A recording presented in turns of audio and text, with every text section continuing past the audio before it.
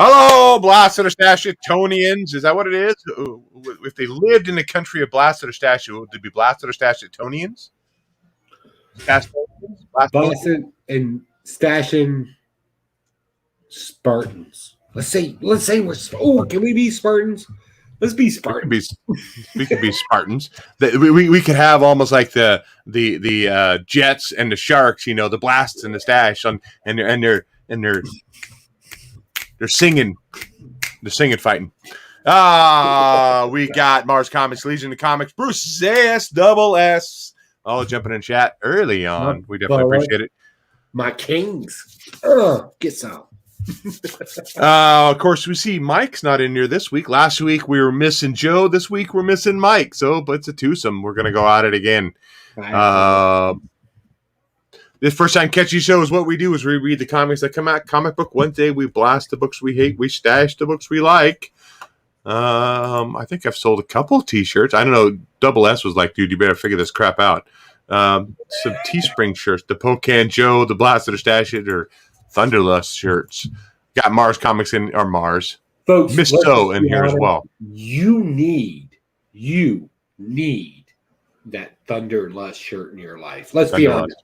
Rocking out some Thunderlust will make you the hottest person in any club you go to. I'm just throwing that out there. I'm just saying that. Like, do your thing. Yeah, that's a. If people don't know, that's a reference to Wonder Twins that came out like 2 years ago. Something like that. It was right when I first came on board, and I remember reading that comic book, and I'm like, Thunderlust was an insult in the book, and I'm like, what the hell? Look, dude, if I rolled around my high school and people called me Thunderlust because he thought it was an insult, I was like, dude, call me like that. That should have been my nickname in high school.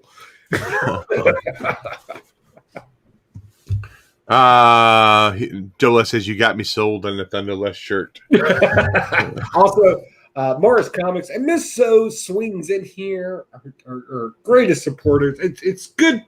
It's good to have a community come together. Thank you guys for supporting. Yeah, definitely appreciate all them people comes in. I got a stack of books this week. There's a couple I didn't get a chance to read. One, or there were a couple I was kind of lost on. One, I did not finish Heroes Reborn. And so I have Heroes Return here. I'm like, oh, did I even bother reading that? Because I didn't finish Heroes Reborn. So I got a huge stack, and I read all my stuff. And I read all my stuff last week, and I didn't even get to share it. But let's go through it. Let's spoil some shit. By the way, spoiler warnings. This is a review show. We're reviewing things. It's going to get spoiled. It's going to get spoiled. But before we jump into comics, a couple things. I watched the new episode of Loki last night. I guess that's only 6 episodes long. Yeah. It's already half over. That's weird. But it's still continuing to be good and entertaining. I'll finish watching it for sure. I thought it was good, but I thought this last episode was a little, with being so short in episodes, like you would have thought you would have gotten more information, right? Like there was a love interest, obviously. And then it was like a bunch of action stuff, and it still kept you wondering about how does all this shit work? Like we're halfway through, and we don't really understand how this works. And I was like, yeah, maybe I should just take it for what it is. That's fine. But how does that look at where we're at right now with 3 more episodes happening? Are we going to get a complete story, or are we just going to get like when you do something, right? You end one story arc and then you leave it on a cliffhanger for the next story arc, right? So you have 3 episodes that you got to end a story arc and start a story arc. I don't think they can do it. I think we're going to be let down at the end. We'll see. There was some reveals for Loki on this episode as well. They talked about that and a few other articles that I read. I also watched the movie Nobody. I finally became able to rent, so I watched that. I thought that was pretty dang good. You know, Christopher Lloyd blowing people away with a shotgun and stuff like that. That was a pretty badass movie.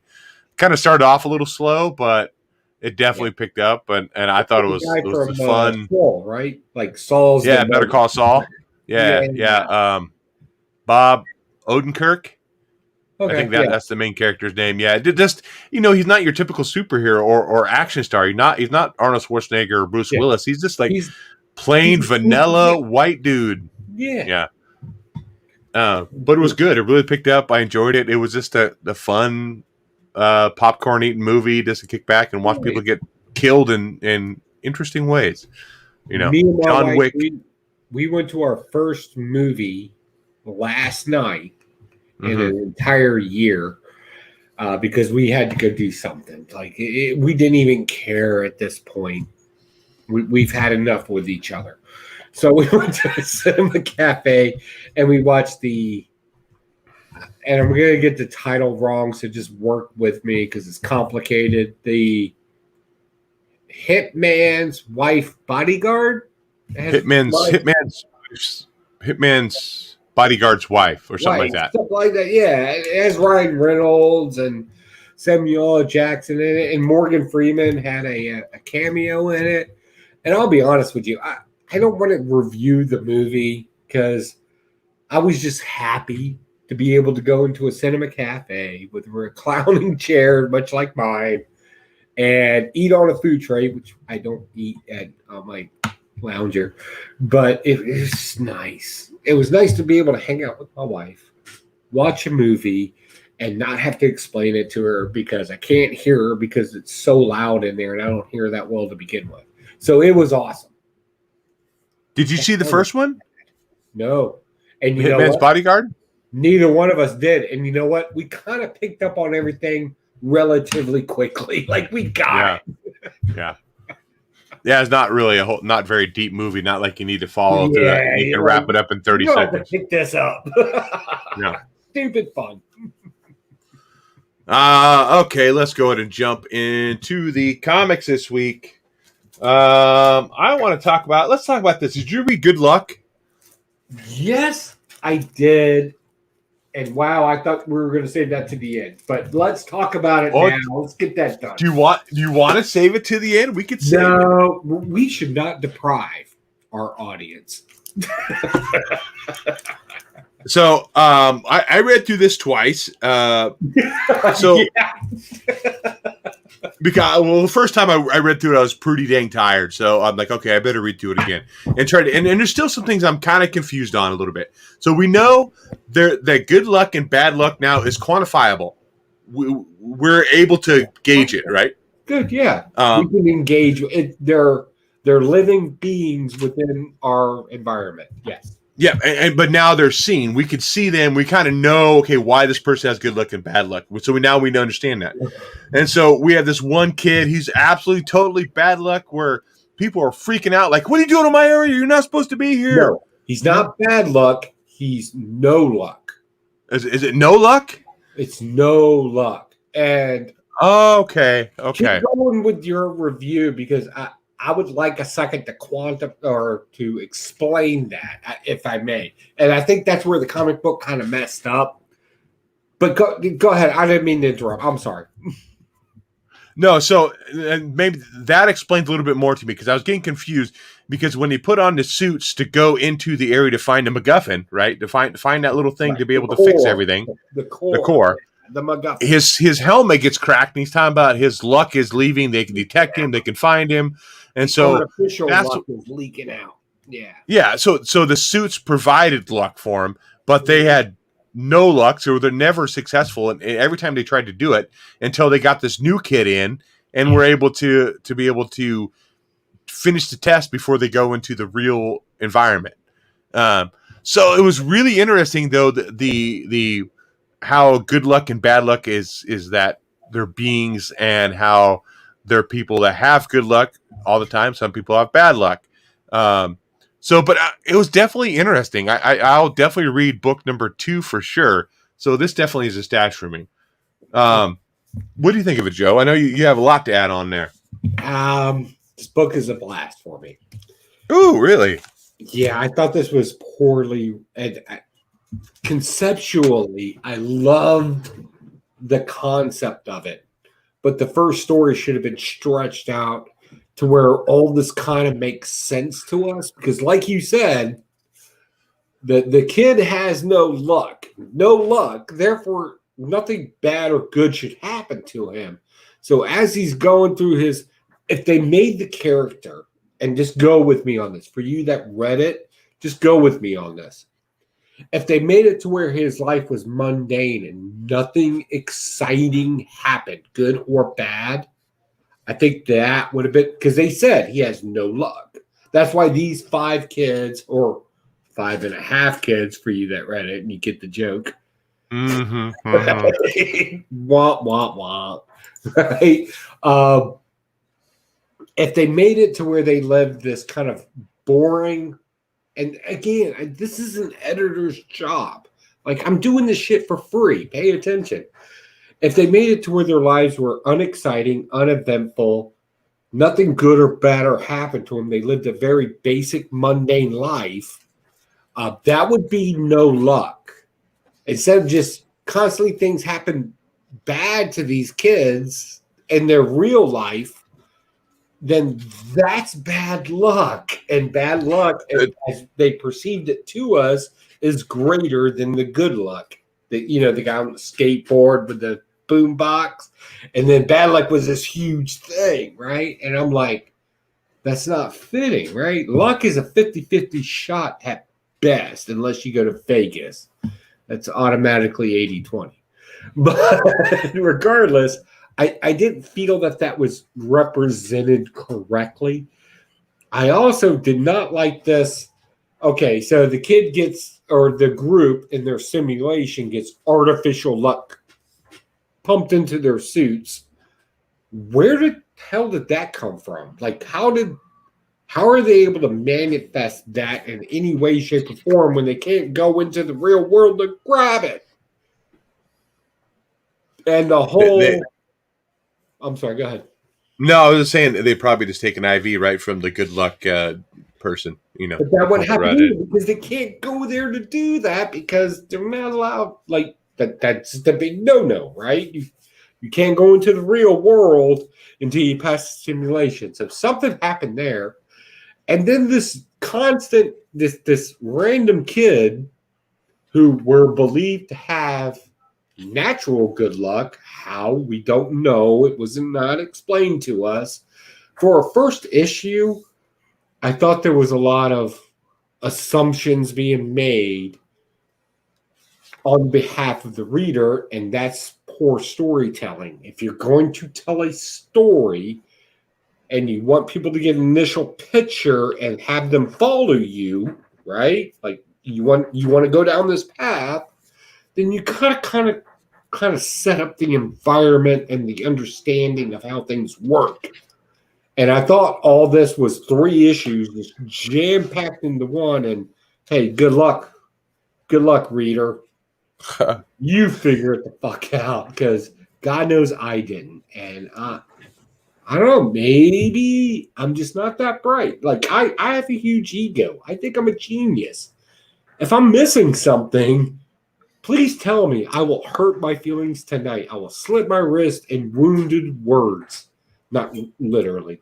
That's a metaphor, because I love myself too much. But I explain to me how this works. I don't think anybody can, and I doubt more so the writer can. So that's why I was getting confused when you said he had no luck, because here he is where he's trying to download his music. It gets blocked off. He rips his pants. The doorknob breaks off. To me, that's bad luck. All that stuff happening is bad luck. That's not no luck, like you were talking about there. So that's why I was confused when I thought he had bad luck going into it, not luck at all. Why would he have, right? And if you read the dialogue in it, it explicitly says you were chosen because you have no luck. The little commander chick says this. This is what makes these particular kids unique. This is why these are the heroes of the story.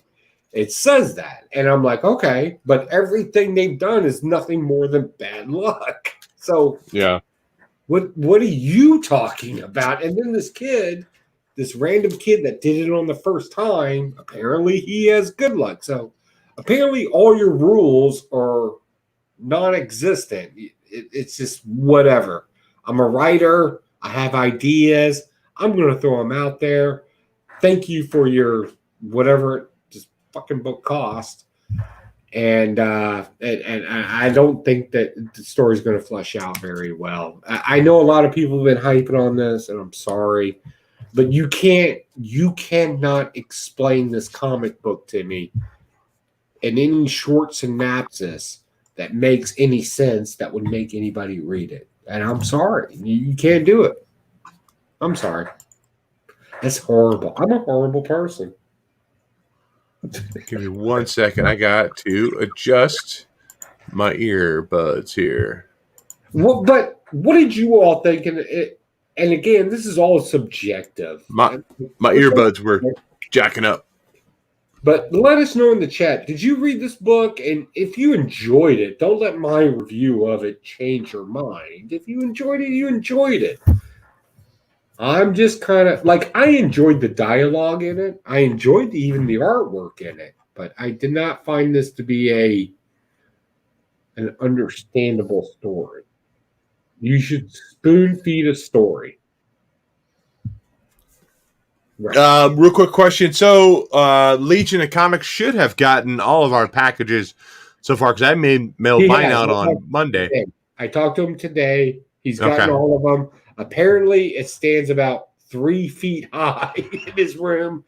He's going to try to figure out if he wants to break up the packages or if he's going to do a one-shot on it. He may have to dive into some editing, but he's going to figure it out. He's saving, I think the order is going to be yours, Mikey's, and then mine at the end. Well, I'm feeling a little underwhelmed here or whatever because I know my package did not add much to that 3 feet high because mine was only comic book.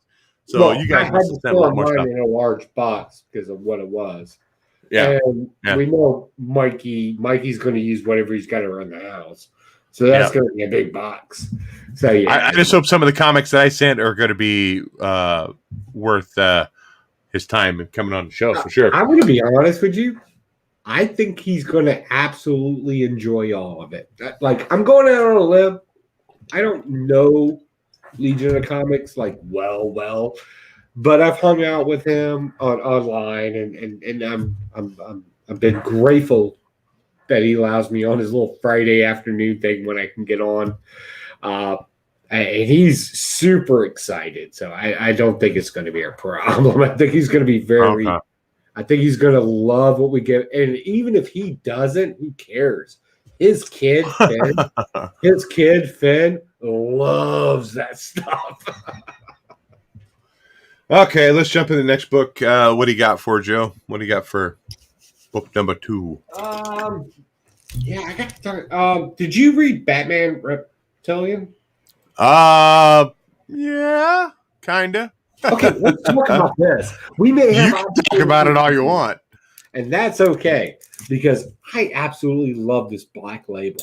I thought this was brilliant.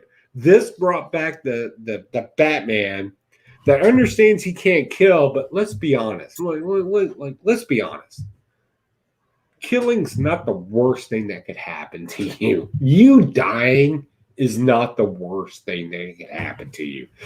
You being dropped from a building and having every broken bone in you and having somebody feed you and wipe your ass and make you pee and things and you just laying there, that, to me, that's worse than death. Like, and I'm not taking anything away from anybody. I'm just speaking personally. And Batman makes it very clear to people in this that can happen to you if you keep screwing with me. I love the artwork in this, and I'm not a expert in art. I don't speak to art. That is totally superficial for me. Even the cartoon looks of the characters, but this whole dark noir thing fits the dialogue to a point where you almost feel like you're reading a horror comic book from the golden age. It was just, it's Garth Ennis. That's the best way to put it. It's Garth Ennis telling a story and an artist that understands Garth Ennis storytelling and made it fit. And I absolutely love this. This is again, Batman Go or villain gallery, if you will. Everybody's involved in this, and shit's hit the fan, and Batman's got to figure it out. It's a typical story. But, oh man, the dialogue and the art in this just made it stand out above anything else, and I absolutely enjoyed it. It's a stash for me. It's not my pick of the week, but it's a stash. I enjoyed it.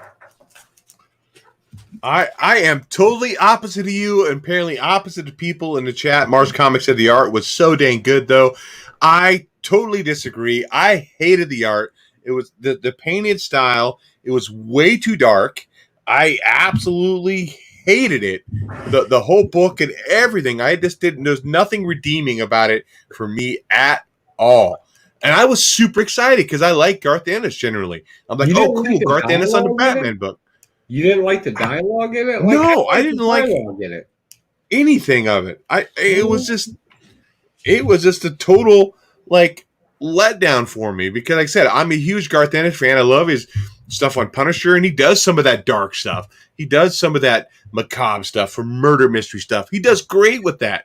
Yeah. But to me, I don't know. I just did not fit Batman for me, and I did not like the dialogue. I did not like the story. The art was too dark and threw it off for me. So this is a total blast for me.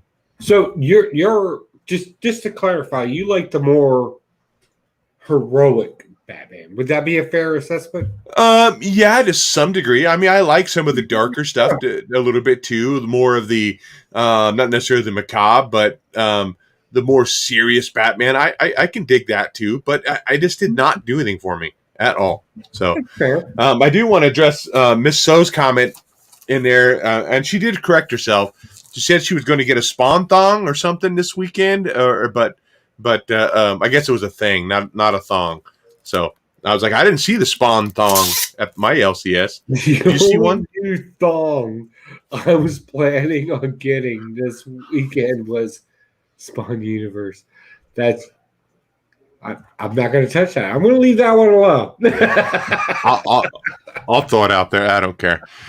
Legion Comics said, for me, I absolutely love the art in this. Liam Sharp's work for hauntingly good and fits his time very well. I thought this was, especially right there in the beginning where they set the tone. Like, I thought it was, when the first dialogue came up, I thought it was Mr. Worth. And then you realize, oh, no. We're dealing with a different story here. This is a boxer. He's a shitbag. Loves beating up on people. Like, he's a bully and he's a fighter. And then immediately, once you got that first page, it like set the tone. Now, there was some silliness in it, with the way they did the Joker and some other things, but they kind of wanted to keep this kind of picture, if you will. You make a painting and you kind of splash it with water, right? It looks dreadful. It doesn't matter how colorful the picture is, just kind of dreads out. And remember, it's Batman Reptilian, so you kind of want this cold-hearted feeling to it. Like, I jumped into this and immediately got the tone, got what we were talking about, and painted it its own picture. This was a good example of artist and writer just jiving. Like that, like notes were taken. They talked to each other. An editor was in there because the dialogue made sense. But also, I also understand this may not be somebody else's Batman story, but it was mine. But let's go from one Batman to a Robin. Let's talk about Robin number 3 this week. Let's talk about Robin. Okay. This was my it's my pick of the week. I'm looking at my other books here. I'd take a double pick. I know it was kind of close, but this is my pick of the week. In one panel in specifically, I absolutely loved, and I thought of you, Joe, was when he says, why should I make nice with people I need to punch in the face? That was a great You know, Great little bubble. I love that. the moment I read that, I thought in the back of my head, I was like, somebody's going to say that's something I would say. So we get Robin going to this beach blanket bingo, going to a little beach party, and he's like, dude, I don't fit in here at all. And all of a sudden they start, oh, we know you. And then they start talking about his dad. Oh man, your dad almost beat me up so bad, did this. Your dad did that. Oh my, his dad did this to me. And so it kind of came about from him to his dad. And he really did not like that. He really wanted people to kind of, hey, he was feeling good about people was talking about him, but then also that focuses on his dad. He knows he's still in his dad's shadow, and he's still wanting to make his own impact in the world. And so he ends up leaving the little beach blanket party, doing the bingo and all that stuff. And he ends up going up on the mountain top, and where he runs into Hawk. And so him and Hawk are talking, and they're having a great time, and they're talking about their dads and how much like their dads are, how much alike they are, until they come in and say, hey, you guys are not supposed to be fraternizing. You guys are supposed to be enemies. You're not supposed to be talking like nice to each other. And they said, well, fighting's not allowed after dark. And they said, well, that doesn't make a difference here. And what was really awesome about this, at the end, when Hawk's getting ready to throw Robin off the cliff, they're like, no, you're not going to die. We're going to make sure you don't die. We're going to hurt you really, really bad until, we're going to make you suffer, essentially. So I thought this was a great issue where Robin's, still in his dad's shadow, still trying to make his own way, trying to make a name for himself as a viable, I don't know if you want to call him a hero or anti-hero, whatever he is. But this book was awesome. This is my pick of the week. And I got the cover B, too. What about you, Joe? So real quick, I want to hit up the chat real quick, if you don't mind. Mm-hmm. I just want to throw it out there. Hey, guys, thank you all. Please engage in the chat. We love having you guys here. And I'm watching all your stuff as it comes out right now. We have a lot of people. Legion of Comics is in here. He's on board with me. We kind of agree. I hate to say it, but we probably agree on a lot of things. When we disagree, we can still respect each other, which is cool. Going down here, we can go with, Hoarder's Hide. Stop it. Hey, first off, I need to stop the show and say thank you for allowing me to do or interviewing me on your show. That was I hate to say this, but that's probably it's not the most serious interview I've ever done.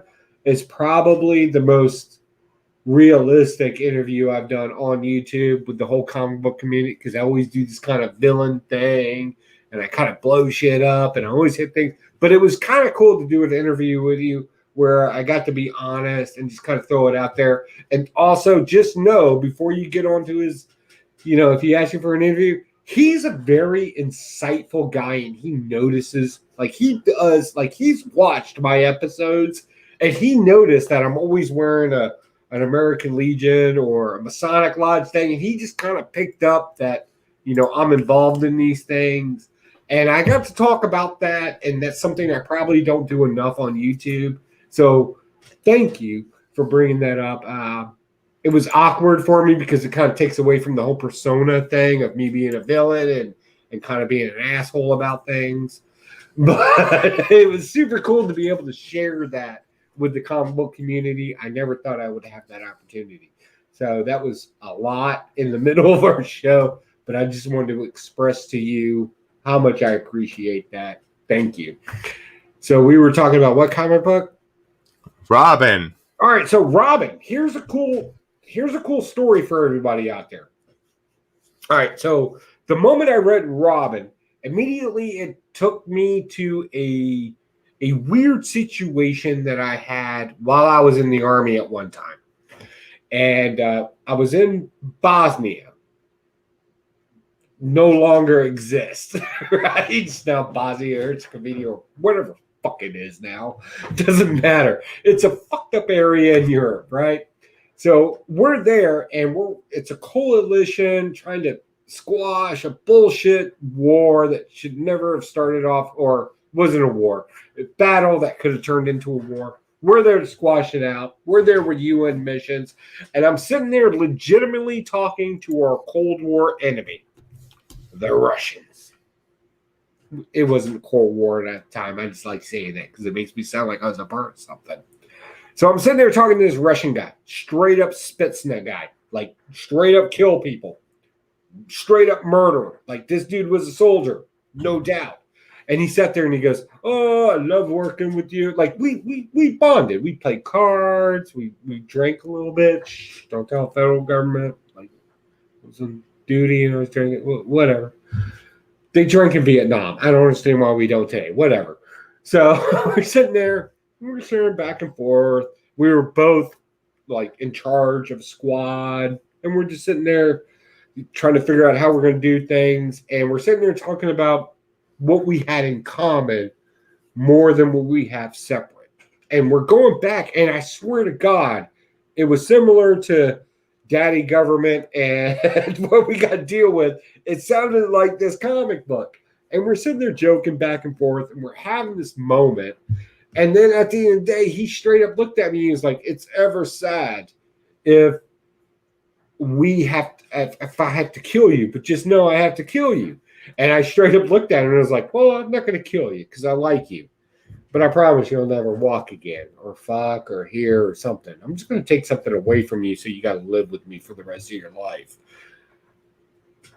And then I read this comic book and I was like, "Oh shit, that was a seditious fucking army." Yeah. Because that's what happened to the comic book. So, and that's the interesting thing about comics. The more fantastic they are, the more it reminds you of the times you were more fantastic in your life. I have much miled out in my old age than I did to that guy. But even he respected that. However, I don't think Robin respected it so much. And in this comic book, what made it more appealing to me than that was the fact that the family was slain, and yet the family is still there. Like he threw away his father. His mom's probably dead right now. And then his grandfather is like, he just shows up out of nowhere. It's amazing when the worst things happen in your life, how a relative would just randomly show up. I know I can speak to that. I know my wife can speak to that. I know friends that can speak to that. Hell, I've even been that family member that just shows up at the right time. And there it is. So it's not too far fantasy at this point to have dad or grandfather to show up. Although it was at the bottom right after he fell. I get that. But I really got this kind of camaraderie with a possible enemy. I kind of got a family member showing up at the right time. This was probably the most feeling I've had in a comic book in a while. It was almost scary. Like the moment I read that dialogue, boom, there was that memory. Boom, there was a time I've done it. People have done it for me. Like, this is very well written, and I absolutely enjoyed it. It is a stash for me, although it's not my pick of the week, surprisingly. That much emotion, not my pick of the week. We got Janice growing up in here, and we got Sparks 821. I forgot to make that connection. Sparks is part of the Janice Grown Up Discord. I talk to him all the time over there, and we chit chat in the comic section. So does Miss So, and she comments quite a bit over there too. Hey, again, thank you all for coming by. We appreciate you having me here. Discuss. You're up, Joe. What do you got? What's your next book? Do we want to talk after that? Do you all want to see what actually was my pick of the week? Oh, have at it. Let's do it. So, as many long-time viewers, it was Gamma Flight, wasn't it? I had to be Gamma Flight. I didn't even buy it. I'm Joe did not buy an issue 1. Put that down on your calendar. I want to talk about and I want to support my local, right? So, as a lot of people know, I've been supporting this particular comic book And it was even my independent for the Stashies. It was my independent for the week. And to watch something grow from root to sprout is amazing to me. And I tell you what, I got issue 15 of Delta Dogs. Now, you've heard me talk about Delta Dogs, haven't you? Mm-hmm. Oh, yeah. This jumped from being just something I absolutely love to read to being my pick of the week. And I'm going to show you why. This is amazing. And God bless the writer for this, Mr. Vernell Young, because his art has. Can you blow me up? I can blow you up. Yeah, Let's you see can. here. Yeah, beast. There you go. Let me show you some artwork, guys. Look at that. What does that tell you what's going on in the picture right now? That dude is straight up multiplying and avoiding chains and the whole 9 yard.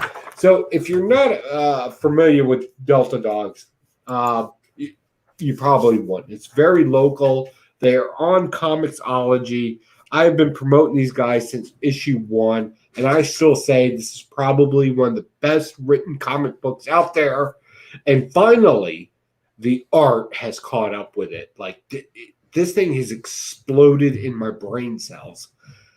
It is a great story. I'm going to tell you right now, go to Comixology, check out Millennial Comics online. Millennial, like, kids, because most of our demographic are older people. So I can see, the generation behind us. Regardless, it doesn't matter. First off, I love the hustle of these guys. So there's a little bit of a passion to see these guys kind of survive. If you don't know, it's basically about 7 cousins. If you know anything about the South, cousins are pretty much brothers and sisters. They've set up a party. They're doing their thing. They're rocking it out.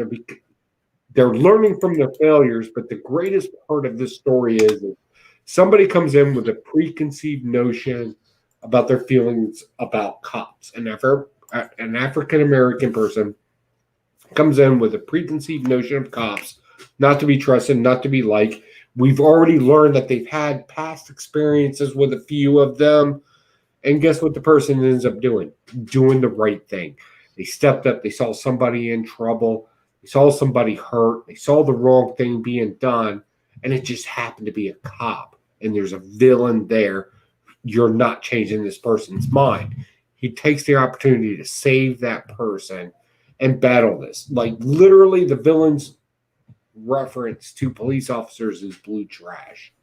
And we have this person who had legitimate bad experiences with a cop, battle this person and battle it out. And it gave him the opportunity to learn this, these identifying factors that you're part of a group or part of an organization don't define individuals. And it was so impactful. This writer, this young man that's writing this book and putting it out there to you, he gets it. Like, he gets it, and he's trying to explain it, and he's trying to put his heart into it. And I think that's why I've backed them on their GoFundMe. I probably have quite a bit of money invested into it, but I don't want that to be a deciding factor. I want you to go, if you ever have the time, look up them online. It's Millennial Comics, Delta Dogs. Go and take a look. I put their link in the chat. Yeah, it is explosive comic book fun with still a moral behind it. It almost reads like a Silver Age book. If you've never read a Silver Age book, with the complexities of today, this fits that model. God knows I've been supporting them for a while now, but very rarely am I ever like, the art's always been a thing for me. Like, the art keeps it from being my stash of the week. And then all of a sudden I read this issue and I'm like, okay, this young kid's got a universe involved, and then his artist is on point with it. These are young people that are learning each other and building off of it. I can't talk enough. I can literally spend an hour on this. I don't want to do that because we got other things to talk about. But I'm going to tell you right now, when the Stashies come around, guess what my pick of the year is going to be? Legit. I did put their link in the chat there, so go check it out.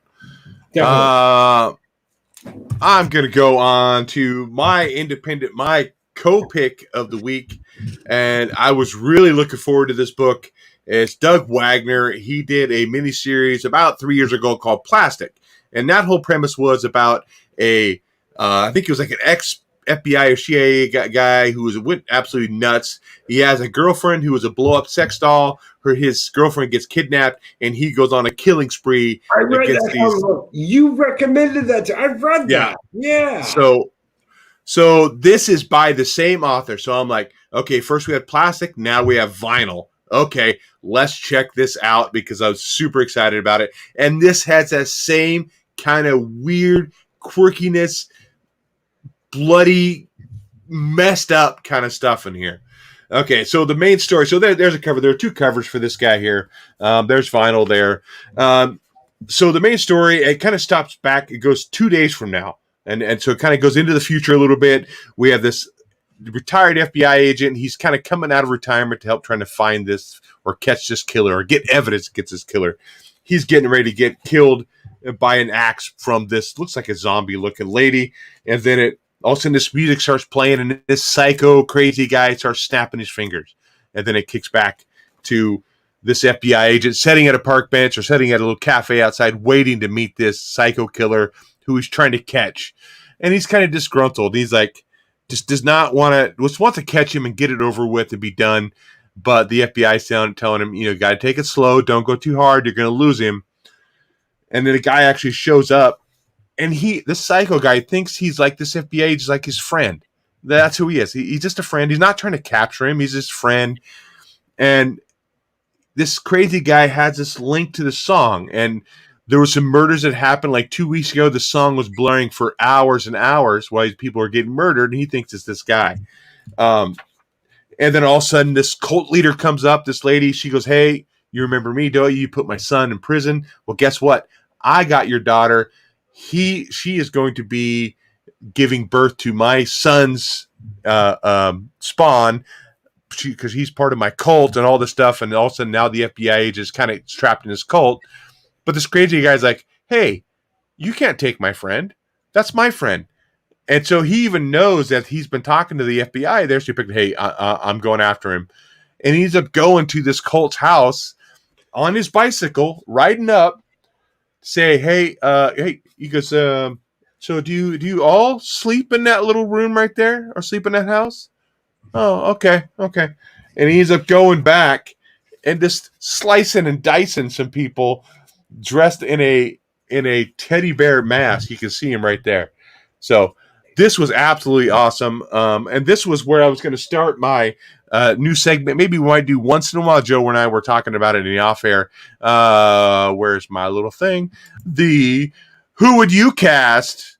As in, if we were a movie producer and we optioned this comic book right here to be a movie, like, hey, we want these actors.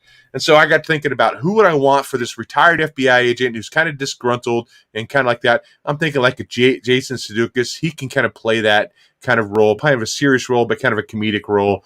Maybe for the crazy guy, maybe like a Steve Carell. I think he can pull off like a serious crazy guy.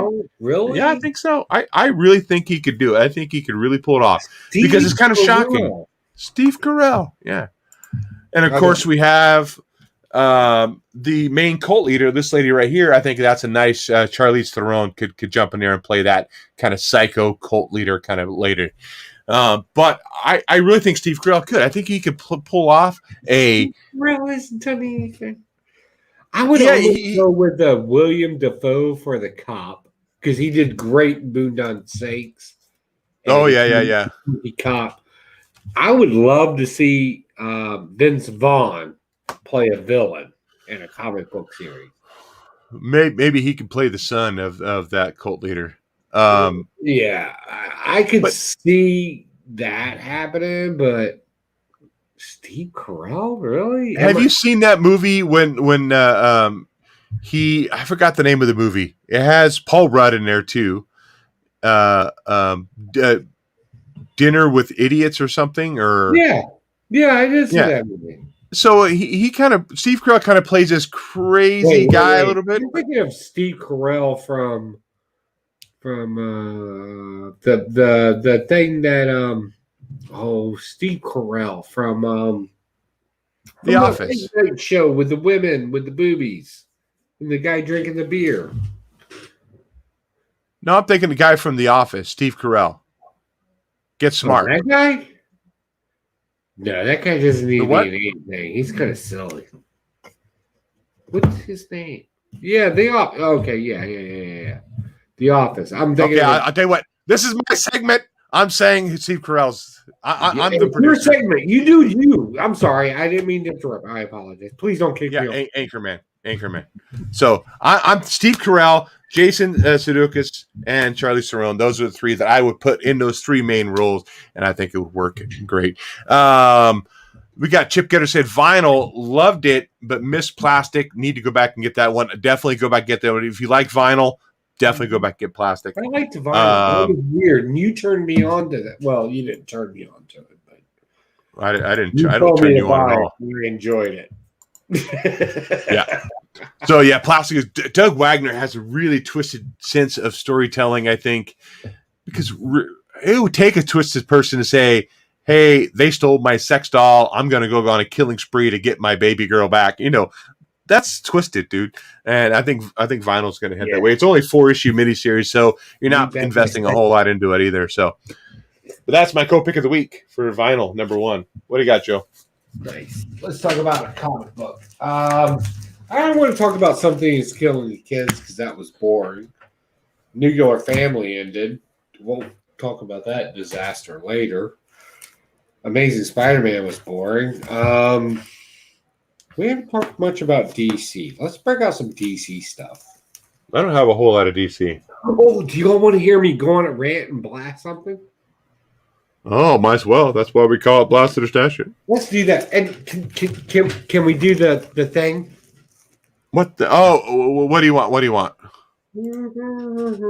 Oh, you want that? You want your little.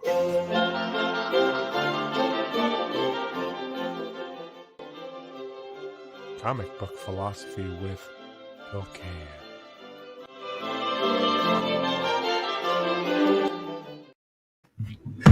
All right. So let me throw this out there right now. There is nothing sexual about philosophy. No belief. No, it has no place. Think of philosophy as the cutting off of all sexual parts of life whatsoever. Has nothing to do with it. And then let's talk about Way of X. If you want to talk about a garbage comic book, this was written by a man that's never emotionally been involved with somebody. This is probably a comic book that was written by somebody that's, I'm going to go ahead and say it. If they sue me, it's fine. I got a great lawyer. His name's Terry Black. He's in Chesapeake. In case you, because I'm not going to talk to you. This is a person that's never had sex. It doesn't understand the purpose of sex as we have it as human beings in today's society. You're just trying to denounce some sort of religious thing that doesn't even fucking matter to begin with. So I'm going to break this down in a philosophical sense for you guys. Baseline, let your minds explode as it goes, right? Where does sexuality, or I'm sorry, the physical component of sex fit in any religious or philosophical sense? All right. In religion, it's to make more babies, right? That is the point of it from the Catholic standpoint. They're very, very clear on that. Baptists are a different thing. They're like, hey, let's not overpopulate the earth. When you get to a certain point, let's be honest, they're not going to be that great if kids anyway wear a condom, right? There's your Baptists. Muslim society, they're more about breeding the perfect kid, right? That's kind of the philosophy there. When you deal with other parts of the world, it's legitimately pump out as many kids as you can because we don't know if they're all going to survive, right? That's always been the philosophical take of children as they happen throughout the world.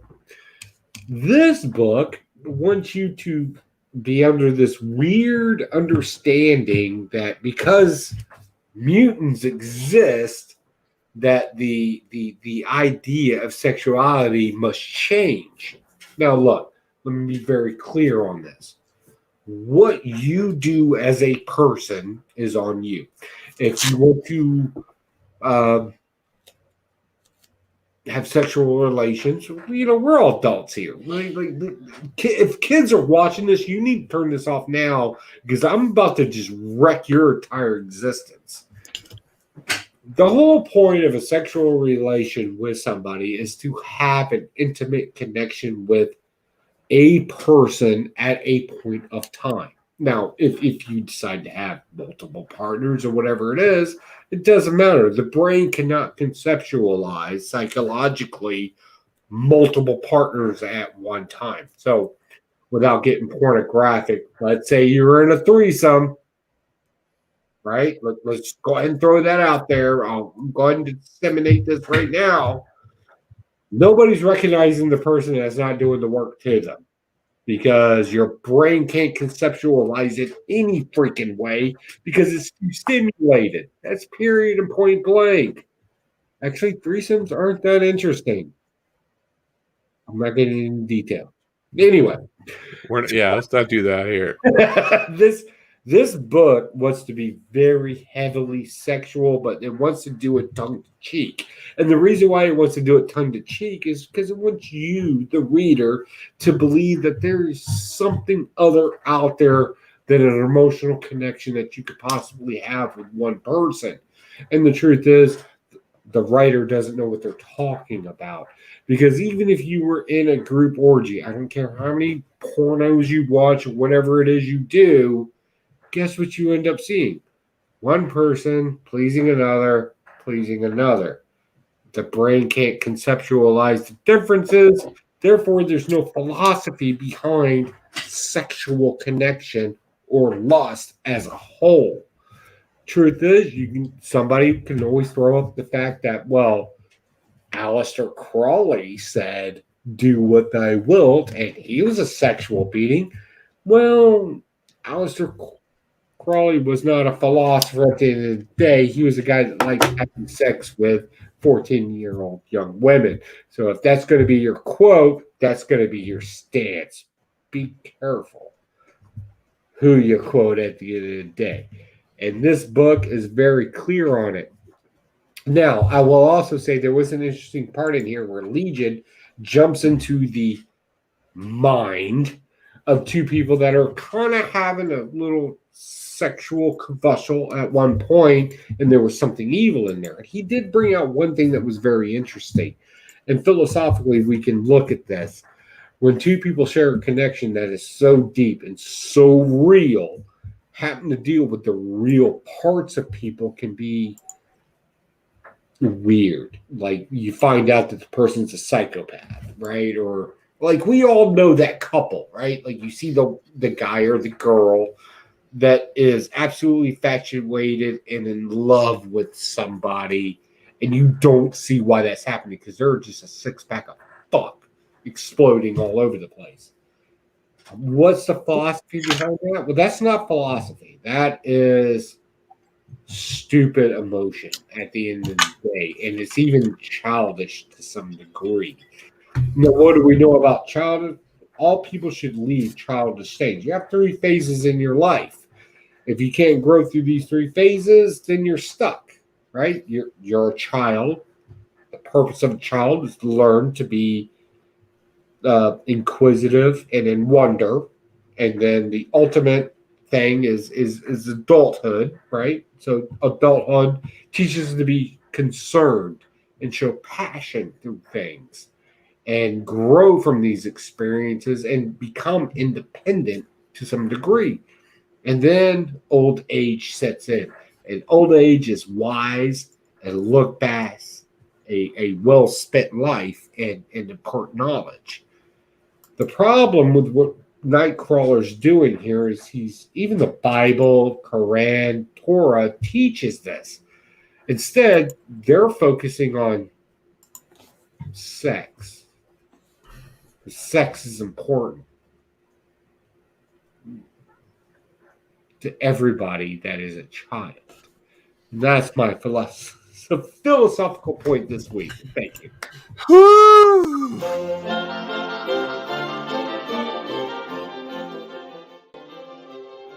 Comic book philosophy with Bill Can.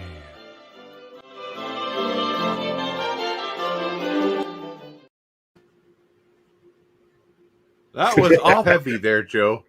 That one took a little longer than it should have. I apologize for that. Whew. Let's see here. What else do I want to talk about? Nuclear Family ended, which I didn't think. I thought it was going to be a longer book than that. I thought it was too. That ended relatively like ta-da, but they did leave it on a cliffhanger, I guess. Yeah, kind of, but it was like how we were talking about Loki earlier, how the story has to build and, you know, have the main arc and then have a great conclusion. I felt like this is kind of like had a rapid ending to it. It's like, okay, we're going to cut this off. Yep, okay, they're going to be able to get back to their old house. They're going to get back to their own time. Yay! And that's it. Knowledge of it happening. Yeah, this is a good example of, how do you put it? This was a good example of a pitch done incompletely. Somebody pitched an idea, they bought off, they sold off on it, they've written it, and nobody thought about, like, does one issue really end it? I thought it was cheap, but I thought it was still good at the end of the day. Like, I didn't mind the story, and I like the way they left it, because if they end up picking it back up, they can always do, you ready for this? This is going to blow your mind. Zombies traveling in time. Ooh. Like, they could do that, because nothing made sense in the book to begin with. So why not? Whimsical fantasy. I have these all over my room right now. The little backs to the stickers. Don't pick those up. I found that out. My wife told me. My wife hates these because they get everywhere. They make it out of my room, down the hallway, and she'll come in constantly and say, I found some of your shit in the hallway. So Nuclear Family was kind of a letdown for me. I really enjoyed the premise leading up to it, but I think it just kind of ended like blah. Yeah. It was like a lot of comic books today. It was like, I remember when the ending of a comic book arc, I should say, a comic book arc, took 2 issues. Now they're cramming the last little bit of a story into it, and then the next few panels, right? It was like, I felt cheated by it. I'll be honest. Yep. Let's talk about Detective Comics 1038, the fight of Mr. Worth and Batman.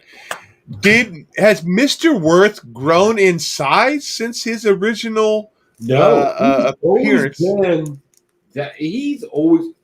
I thought the same thing, and then I even went back and looked, and I was like, no, he's always been kind of a big guy, but they always kind of put him in the background. So, like, my hands right now, right? There's your main character, and there's Mr. Worth, right? And then all of a sudden, it's like Mr. Worth and everybody else. Because, Batman, I think, in the DC world is 6'2" or 6'1", right? not necessarily the tallest guy in the room, but not the shortest guy either. Right. You know? But I think it was I think they purposely did it in a perspective thing. But this dude is freaking massive. He's a freaking bear of a man. So, you know, him and Bruce Wayne or Batman are just duking it out in the sewers. She's trying to kill Batman. And then the Miss Clayface or whatever comes down with the image of his daughter, which kind of pulls him out of the fight and realizes, you know, she's starting to disintegrate and everything like that. So he kind of just gives up at that particular point, right? Yeah. He's able to go capture without getting a fight. Goes to jail, no problem. But he gets released like instantly. And they're like, wait a minute, this dude just took a freaking bazooka to the police station, and why the hell is he out in the streets? You know, he's blowing up the sewers, you know, just like holding a bazooka with one hand and blasting it. And then we get this freaking massive freaking gun. Dude, his hands are freaking massive. But overall, the story was good. I thought that scene was like that. That's comical. Like I thought that's that very was a 90s cool thing, right? Because he's not that big comparison, and neither is a gun. Nothing like yeah. If you go back and you look at the RPG he's using, it's not that big, and I was like, okay, they're just being comical. To me, that was very 90s, very reminiscent of the 90s comics, you know, that massive gun. It doesn't really look like a gun, but a gun.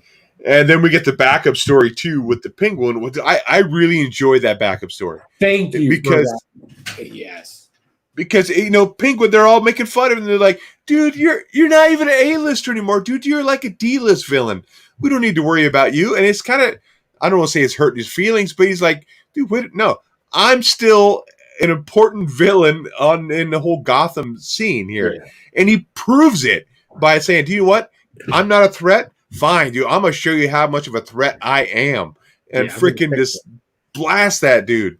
And I thought that was really, really good because you think about it now, if you look at the Batman villains, the Penguin is kind of almost like, why would it be non-threatening? You know, kind of thing.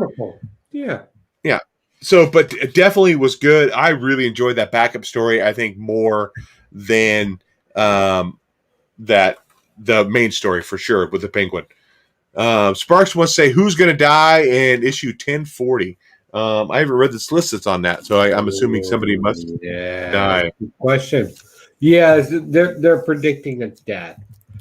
I know who I hope it's not. That's about where I can go with that. But real quick, to hit up the chat because we don't want you to think that we're forgetting about you. We see you, Double S. Double S is still in there? Where? Yeah, Double S is still he's stumbled up and wreck it, Joe. Back there. Never came in. The White Shadow himself. No joke to cocaine because I don't think he does. Like I don't know him that well, but he's from what I've seen, he's a super cool guy. Let's see. Missa says she's jumping on board. She's in chat. She's active too. Good to see you guys active in here and engaging with each other. And then Spark jumps in as well. Hey guys, definitely if we're missing you, engage with each other. Like that's why this is here. This is the place to agree and disagree and not end up with arch rivalries, if you will. All right, so my take on Detective Comics. I first off, what a great cover! Like you, yeah, I missed that cover. Like it's almost like Batman's like just in Korea and he met the right sailor. But I digress. I like this. I really like this book. I like Worth.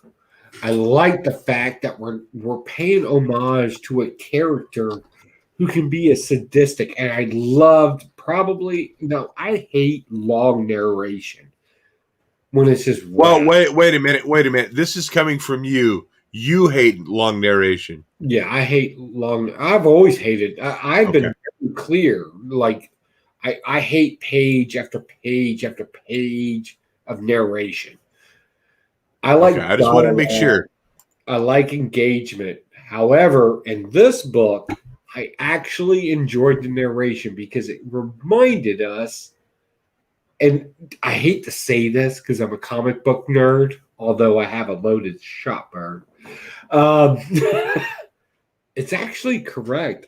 I think we tend to forget that penguins have been around as long as dinosaurs have. Like, I Oh legit yeah, yeah. looked that up, and I was like, oh shit. Like, they know how to survive. And at one point they were like a predatory animal at one point. And I was like, I did not know that. Like, I read the comic book and I was like, whatever, man, you're full of shit. So I looked it up and I was like, oh, okay, yeah, this is real. And I was like, and it made me appreciate it more because it made me question and it made me look it up because I don't trust anything that's in a comic book. But when they claim something to be fact, I'll look it up. And man, I wish more people would because you would just open up your horizons to a completely different realm.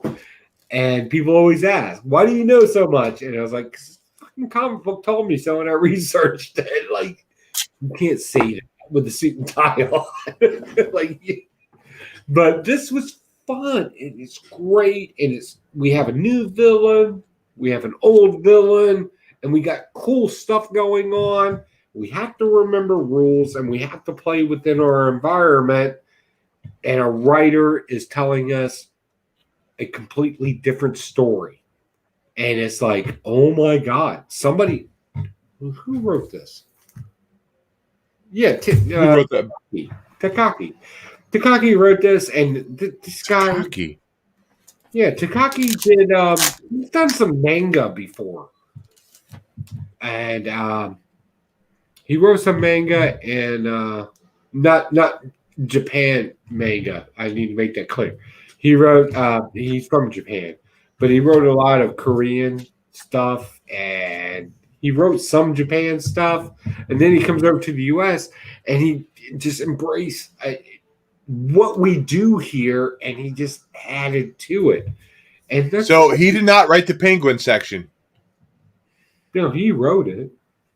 not the penguin section. No. He wrote he's been writing the main story. The Detective Comics, yeah, but not the penguin backup story. Okay, just want to make sure. Right. But still, he's going to have to introduce that. And I think I like this way we're taking this, where we're not like Midnight or the other stuff that's going on, but we're writing something and then we have a secondary story. And now that's going to be incorporated into our main story because at the end of the phone call, at the end of the Penguin story, he's calling work. And it's like, oh. And I like this two-part storytelling that's getting added into one. It's like manga works. When you read the book forward and then you flip it backwards in Asian countries, like the two stories are the same story meshed together in a lot of cultures. And I was like, oh, I get what we're doing here. And this is smart. And I hope readers catch on to this and they enjoy it because it's kind of cool and it gives other people a chance to write a story. Okay, let's go ahead and jump. We're already just over an hour into this, so let's jump into our lightning round. Plus, I don't have a whole lot of books left. Gamma Flight was one that I picked up, which I was like, why? Why are you picking this up? Sucker. Why did you pick this up? And this was crap. This literally was crap. Checkmate number one. A lot of stuff in here. I think I needed to read other parts of what's going on with DC to kind of understand what's going on with the which I didn't read any of it. I think you were reading it, Joe. Yeah. Damn it. What am I looking at? It's what group is it or what they talk about? Did you read it, Joe? Which book are we talking about? Checkmate? No, I don't read Checkmate. So I read that. I read the follow-up from the Crisis series, but I didn't pick up the new. I'm not interested in Checkmate. I always thought that was a secondary. Thank you. It is And based off Mars brings up Leviathan. based off of it. It's like the counter agency when all the agencies ended. They're the counter agency now to battle Yeah. Leviathan. It was like, I don't need to read a spy book. Yeah, so definitely it's a blast for me too. Heroes Return. I did not finish up Heroes Reborn, so I didn't read this because I didn't think, okay, I'm not going to catch anything of what's going on. Infinite Frontier #1. I didn't read that one either. Really? Yeah. Harley Quinn #4. Picked up the Derek Chu variant on that one. The Harley Quinn #4. That's kind of a cool cover. And I picked up the DC Pride version of that Harley Quinn #4 with the Poison Ivy and Harley Quinn. And then the Wonder Woman Middleton cover. That's it. Those are my books. I'm sticking to it. Real That's what quick, I got. So what else you got? in the chat, picking up where Sparks left off, about 240. Who's gonna die? I don't know. That's gonna be a real one. Chip Gettler says, "Oh shucks," because we're complimenting him and his white shadow name. My eyeball, Batman Sailor reference. Joe sailed away with the joke. I wasn't even going to touch it. Sometimes things are too easy. Forget. Heck, I don't know that. It was news to me. I get it. Yeah. Okay. A lot of these comments are kind of old. I'm catching up. I'm sorry, guys. Yeah. Bringing something new from Professor Pocan. God knows what that's involved in. Mars brings up Leviathan, which we talked about. That was the whole Leviathan is a new villain organization out there, and Checkmate's kind of our new intelligence agency. I didn't want to get involved in that. I'm not over interested in spy stories. Those who are though, you probably should start reading that. Just when we thought we got out, the covers pull us back in. Talking about covers. Spycraft, #4, Blue Flame, #2. I'm not familiar with those. That was really good. Infinite Frontier. A lot of people have been reading Infinite Frontier. DC, I'll agree, has been stepping up that writing game lately, getting people involved. Calling it a night, guys. All right, Hoarder. Take it easy, my brother. Thank you again. If you bother catching this on the rewind, because that was probably a few minutes ago. Look up info on Harley Quinn. Eat, bang, die. 1. No, I don't need to eat, live, and life because that's just a rip off of that. I'm not doing that. Night, everybody. All right, let me run through my. Let's pull these things out. So, Heroes Return. Spoiler, again, another issue where it's one battle, one solution at the end of it. But again, we got to leave it on a cliffhanger. Probably going to turn into something else later. What that will be, who knows? Action Comics. Man, this is good. I almost wish I would have read this earlier. A lot of stuff with this whole Kryptonian and the Philosians thing is going on in here. Mongol #2, more of a sadistic cult leader, satanic leader going on in here. The whole I-beam thing going on and people learning their powers. Crazy stuff going on here. Definitely a stash. Justice League. Black Adam and Naomi are on the Justice League now because of where Naomi came from, and there was a battle. More drama to come. I'm not blasting it, but I'm not stashing it either. This is more of a issue to me. Superman 23. Oh man, you want a heartfelt story, like not like romantic, but like you want a father and son homage to each other. And this one, Superman realizes how lucky he is to have the son that he has, and how much he appreciates him. Because this other kid, like he's brains, he's smart, but he's not a warrior, and his dad treats him like shit. This is a good story. Appreciate what you got in front of you. Spawn Universe. I guess we should have reviewed this throughout the show, but let's just be honest. If you're not a Spawn fan, you're going to get lost reading this. Who's the old guy? Why do these other people exist? Like, we're kind of getting caught up quickly. The story's not fleshed out. Now, I've read Spawn stuff. I've been keeping track. That's why I have the Gunslinger issue. If you wanted to get into all the hype of Todd McFarlane and you wanted to know this storyline, then you need to jump into this issue and don't ask a lot of questions. I think that's probably the best route to take. So, Stash. Superman, Batman, this whole jumping through universes and kind of making fun of film. In this one, we deal with Future, Rand. If you don't know what Rand is, catch up on some Silver Age comics. The best I can do for it. In the Westerns, like we deal with that, and then we, of course, our villain in this is not really a villain. He's just being influenced by something. It's kind of cheesy, but I'm still liking this. Like, this is a stash for me. Fantastic Four, number 2. We're going to hit the 70s. Women power. Sue Storm's a housewife. And she doesn't get that she needs to be women empowered to the end of this.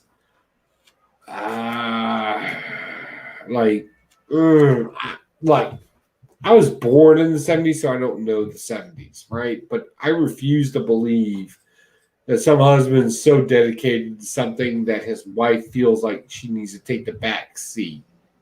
Like, I'm not, like, I know my parents. I know my mom wouldn't put up with that shit.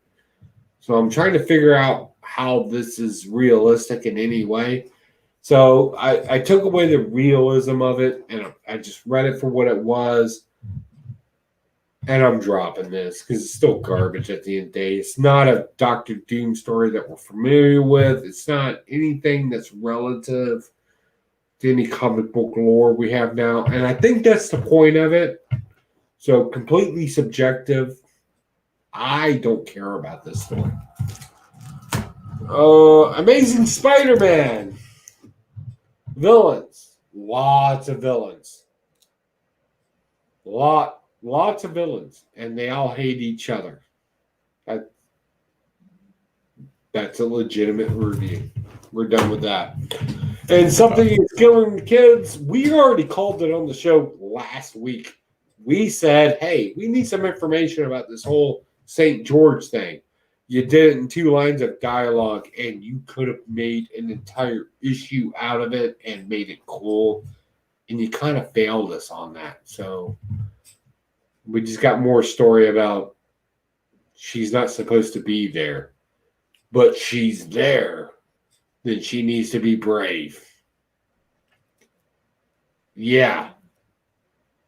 That whole St. George thing that they dialogued in this and kind of gave the history to, you should just be like, seriously, where's the fucking editors? All right, so that's my review this week. Okay. Thanks, you guys. Everybody for hanging in there as long as you did.